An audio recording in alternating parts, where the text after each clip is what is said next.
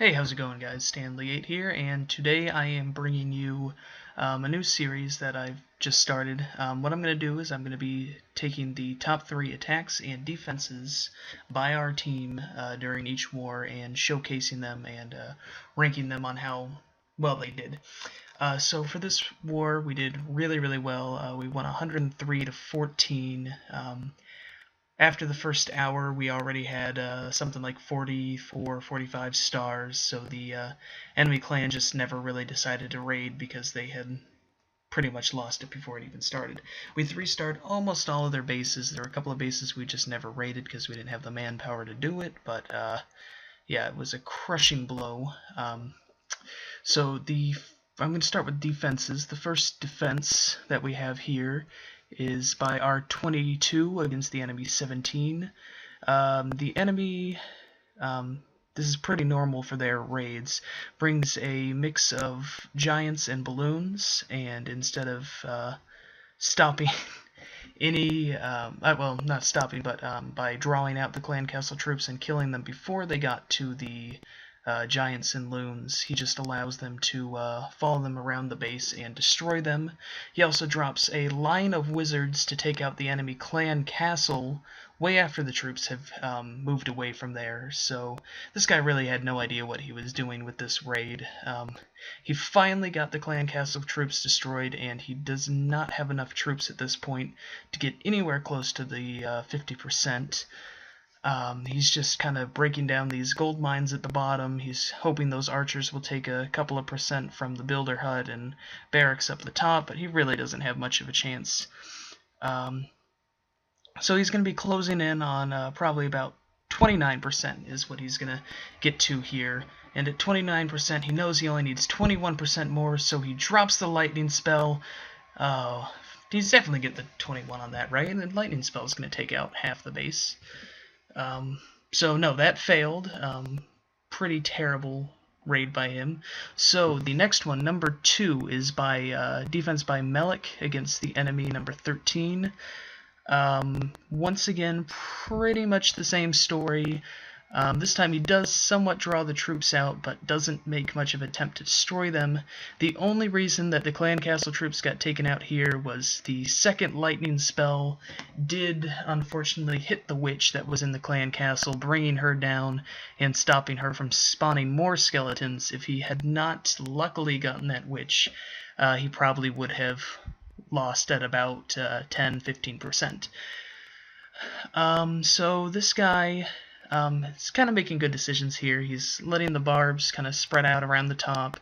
He's healing up one big group of barbs, knowing that there's only one more splash defense left in the base, and it is pretty far away from that group. Of course, the wizard and archer down here are going to decimate his troops at the bottom, but his barbs up at the top are pretty much going to wipe out the top of the base. This was by far the closest raid to actually winning of the 3 that I'm going to show you, and that all has to do with this healer just keeping those barbarians alive for way longer than necessary. So I'm going to speed it up a little bit here because nothing really happens at this point. We're just kind of slowly chopping through the base. Once the gold storage goes down, though, the barbarians start attacking this wall and go after the town hall. This actually turns out to be pretty close. Thank goodness that archer tower in the bottom was just barely in range of the town hall. Good planning by him to have it fully covered by the archer. If it were not for the archer, that healer would have kept healing those barbs at a faster rate than the wizard tower could damage them. But thankfully the archer's slowly picking them off by one by one, and they will all be gone right about now. And that just left a healer, which the healer is unable to do anything without attacking troops, so another good defense, by far the closest one we had. Now the best defense of the game right here, CR7 against the enemy number 22. Just watch these clan castle troops go to work on this base. I mean, not on the base, but on the enemy's troops. Okay, so all the loons are gone. Still wizards there. He drops some more giants, and all the giants are gone. And the mortar takes out the archers. That was I believe, a 19-second defense without any percent being done.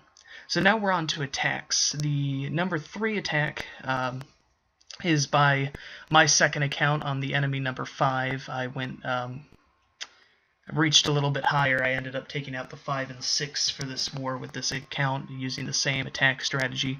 But here is just a perfectly done dragon raid. I dropped 2 dragons at the top 2 corners to take out the buildings right on the edge, and then just kind of slowly put them in a line around the right outside of this base. As soon as they started getting hit by the air defenses, I raged them up, let them go to work. I dropped the clan castle troops up in the back, just to, send them in a little bit late so they don't take a bunch of the damage. That balloon actually goes through and takes out 3 enemy defenses before it goes down, so that's the MVP balloon right there. Saves my dragons a lot of time and allows them to get this air defense down. And as you see, the one dragon that just took down the air defense is at literally 0 health. So if it weren't for that balloon right there, I may be another dragon or 2 down and made this raid a little bit slower. But the Barb King is in. He's taken out another corner so that the dragons don't have to run all over the map to take out the final buildings.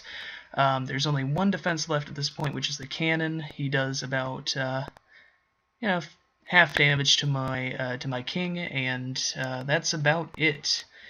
I have 6 dragons out of the 11 I brought left, with my king still at half health, and that is 100% on a Town Hall 8 base. So that was a pretty good raid. Next raid is going to be a little bit better. This one is by AAA. And it is going to be a balloon raid against the enemy number 8. So I drop a whole bunch of archers on the far left side just to take out all those free buildings that he gave me. That was worth about 20% damage right there. So then I drop the looms kind of in a thin line all the way around the base, making sure not to drop large amounts by the wizard towers, because you don't want them to take out large portions of your army. You just want to have 1 or 2 balloons at the most attacking a wizard tower at a time. And then with the rages and the max loons that I had in my clan castle, the loons were able to just sweep through the rest of the defenses. I believe there's, I tried counting this earlier, there's around 18 or 19 balloons still left alive. So I only lost about half of my army and still have a rage spell left over from this raid, while beating a guy that was ranked higher than this account, just defense-wise. So another clutch win. It's going to be another 3-star, just letting the last of these troops kind of just destroy the last of the buildings. Yeah, but the power of the balloons, if you can get them past only going after defenses, once the defenses are down, just like the hogs, the loons will just sweep through the base and destroy everything in a shot or 2. So they're really helpful. So that's another 100%. And then our number 1 raid of the war was by iHoTBoX on the enemy number 1. He decides to bring a army composition of almost all hogs, against a not well upgraded Town Hall 10 base. So the enemy has 1 Inferno tower, and it's set to single target, so it's the perfect base for hogs. I was actually planning on wiping this base just for fun, and get the 3-star with that, but iHoTBoX beat me to it. So he puts out a couple of giants and some of his barbs and archers just to take out the buildings on the outside, probably to clear space and make sure that there weren't going to be any giant bombs ruining his fun as he sweeps through the base. He drops his clan castle first, which also included hogs, and the clan castle hogs take out the Inferno. He did waste a freeze. I don't know why he thought he needed the freeze there. He had 5 or 6 hogs. The Inferno had no chance of taking them down. But I guess the thought process was, what else is he going to freeze on this base? At this point, there's literally nothing that can take down hogs at a reasonable rate. The best thing he's got left is just his wizard tower, and with the number of hogs and the heal spells he's got in that area, it has no chance. So the defenses are pretty much destroyed now, just the one archer tower left, and once the archer tower goes down, the hogs are just free to sweep through the base and destroy everything.